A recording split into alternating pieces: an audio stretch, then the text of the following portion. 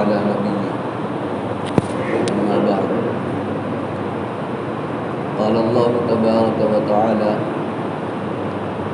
شهر رمضان الذي أنزل فيه القرآن هدى للناس وبينات من الهدى والفرقان فمن شهد منكم الشهر فليصم ومن كان مريضا إلى آخر الآية۔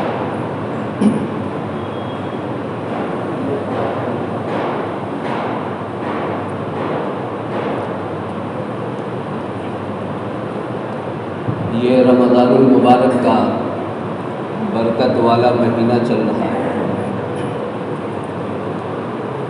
اللہ تبارک و تعالی نے ہمیں اس مبارک مہینے تک پہنچایا۔ یہ انتہائی عظمت اور برکت والا مہینہ ہے، اور ہمیں اس کی عظمت اور برکت کا جیسا احساس ہونا چاہیے ویسا احساس نہیں ہے۔ ہمیں اس عظمت والے مہینے کی جتنی قدر کرنی چاہیے اتنی قدر ہم لوگ نہیں کر پا رہے ہیں۔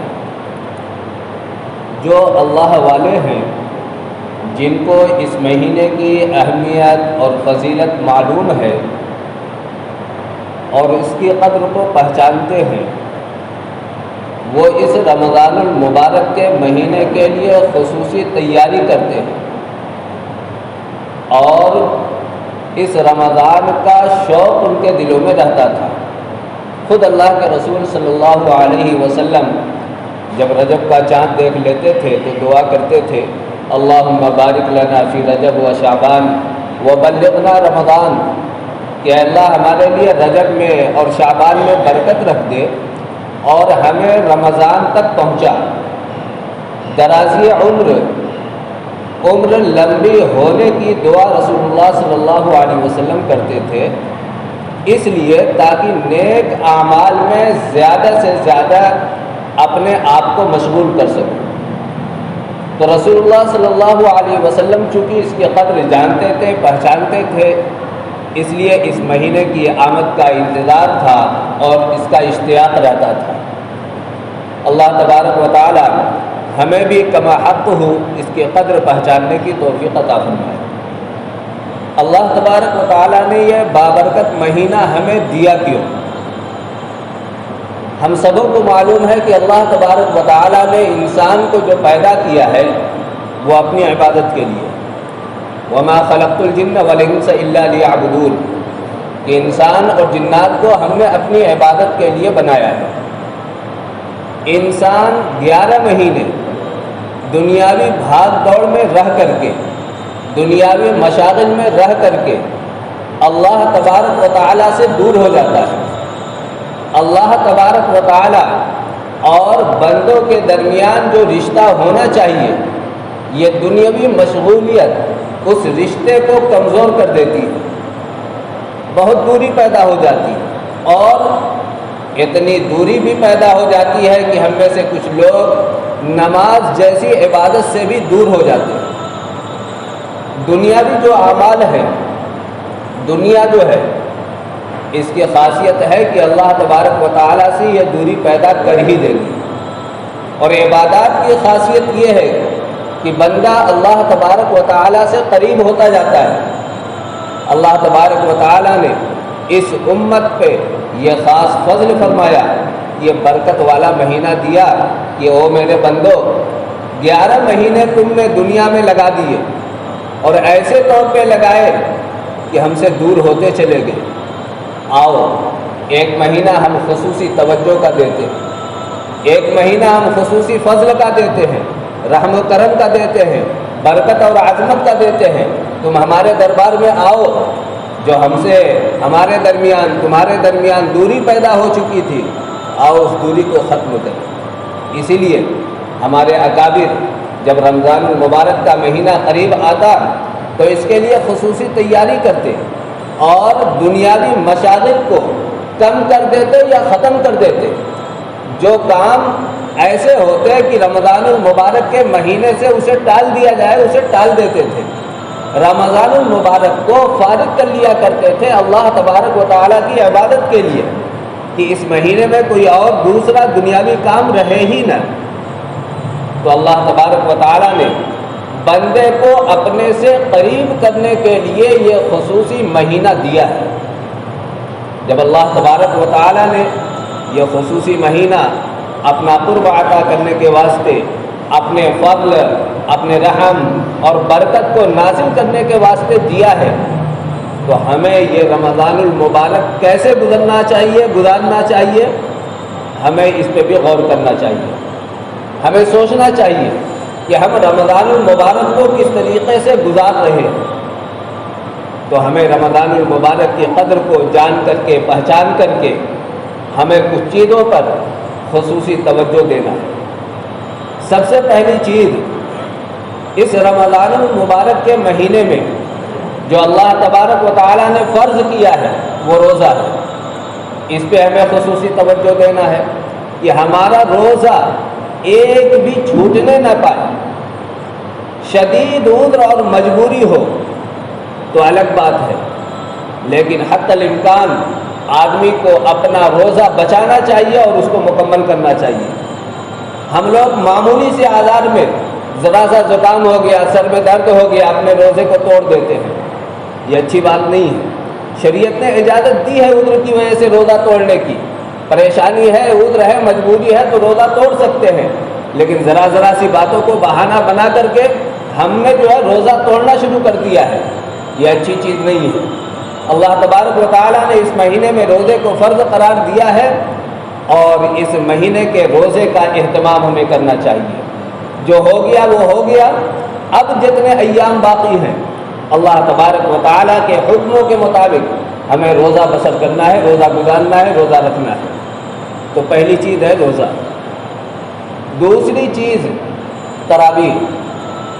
اللہ کے رسول صلی اللہ علیہ وسلم نے فرمایا، من قام رمضان ایمانا و احتسابا غفر له ما تقدم من ذنبه، کہ ایمان اور احتساب کے ساتھ ثواب کی نیت سے اگر کوئی شخص رمضان کا قیام کرے، تراویح پڑھے، تو اللہ تبارک و تعالی اس کے تمام گناہوں کو معاف کر دیتے ہیں۔ اللہ تبارک و تعالی نے تراویح کی شکل میں ہمیں ایک خاص انعام دیا ہے، ہمیں اس کی قدر نہیں ہے۔ کبھی 5 دن میں، کبھی 10 دن میں، یوں ہی روا روی میں ہم تراویح کو ختم کر لیتے ہیں۔ تراویح انتہائی اہم چیز ہے۔ اللہ تبارک و تعالیٰ کا سب سے زیادہ قرب جس چیز سے ہوتا ہے وہ ہے نماز۔ اللہ کے رسول صلی اللہ علیہ وسلم کو معراج پہ بلایا گیا، اور اللہ تبارک و تعالیٰ نے رسول اللہ صلی اللہ علیہ وسلم کو نماز دی۔ وہ تحفہ لے کر کے آئے تھے، اور اللہ کے رسول صلی اللہ علیہ وسلم نے فرمایا، الصلاۃ معراج المومنین۔ یہ تراویح کی شکل میں اللہ تبارک و تعالیٰ نے رمضان کے مہینے میں 20 رکعتیں اور دی۔ اس میں 20 رکعتوں میں 40 سجدے ہو گئے، اور سجدہ یہ اللہ تبارک و تعالیٰ سے انتہائی قریب کرنے والی عبادت ہے۔ اللہ تبارک و تعالیٰ نے ہمیں خصوصی طور پہ 40 سجدے دیے تاکہ وہ لوگ جو ہم سے دور ہو گئے تھے، ہماری عبادت سے غافل ہو گئے تھے، ہماری بندگی سے دور ہو گئے تھے، آؤ ہم تمہیں خصوصی مقام قرب عطا کرتے ہیں، اور روزانہ 40 سجدوں کی اور تمہیں توفیق دیتے ہیں۔ کرو، اور اس شان سے کرو کہ اللہ تبارک و تعالی تمہاری سن لے اور تمہاری بگڑی کو بنا دے۔ یہ سجدہ اللہ تبارک و تعالی کا مقام خاص ہے۔